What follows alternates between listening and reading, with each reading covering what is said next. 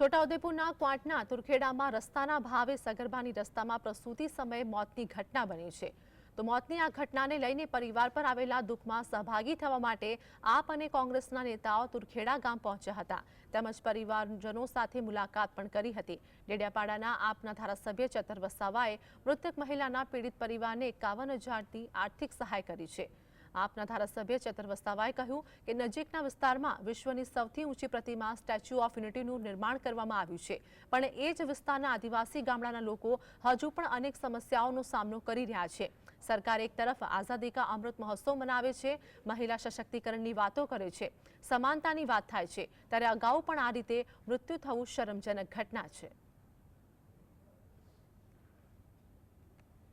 આ એક વરવી વાસ્તવિકતા છે। ગામમાં આવીને અમે જાણ્યું કે અગાઉ પણ આવી રીતના 3 થી 4 બનાવો આવી રીતના જ મરી ગયા છે।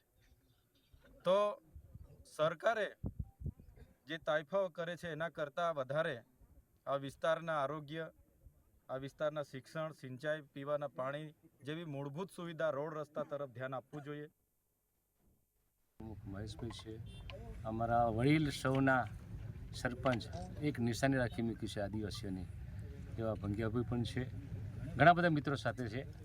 આ બધી આદિવાસીઓની સંવેદના છે અને તમે જે આ રેકોર્ડિંગ કરી રહ્યા છો એ આદિવાસીની સંવેદનાને તમે વાચા આપો છો અને આ વાચા જે આપી, જેણે વિડીયો બનાવ્યો અને વિડીયો થકી આખા ગુજરાતને એની ખબર પડી, નામદાર હાઈકોર્ટને પણ એની નોંધ લેવી પડી અને શું મોટો એમણે દાખલ કર્યું, ત્યારે આ વિસ્તારમાં રસ્તાઓની સગવડતા થશે। ચૈતરભાઈ પણ છે, અમે રામસિંહભાઈની હાથે વાત થઈ છે। આમાં પક્ષાપક્ષીથી દૂર રહીને આ વિસ્તારના જે ગામડા છે એ ગામડા બધા ફળિયામાં વસેલા છે અને એ ફળિયામાં કેવી રીતના રસ્તા થાય એનું આયોજન બધા સાથે મળી, સરપંચોને સાથે મળીને પૂછીને ભવિષ્યમાં કયા રસ્તા લેવા પડે જરૂરિયાતવાળા એ રસ્તાઓનું માર્કિંગ થાય।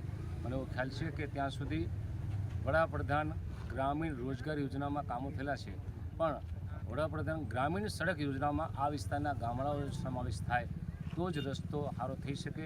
બાકી ગુજરાત સરકારની કોઈ તાકાત નથી કે આ વિસ્તારમાં રહી ગયેલા જે વંચિતો છે એને રસ્તો આપી શકે। મૂળ જંગલની જમીનનો પ્રશ્ન આવવાનો એટલે વડાપ્રધાન ગ્રામીણ સડક યોજનામાં જ આ વિસ્તારના તમામ રસ્તાઓ લેવા જોઈએ અને એના માટે બધા આગેવાનો ભેગા થઈને ક્યાં ક્યાં કેવું કરવું એ સંયુક્ત રીતે કલેક્ટિવલી એની રજૂઆત અમે કરશું।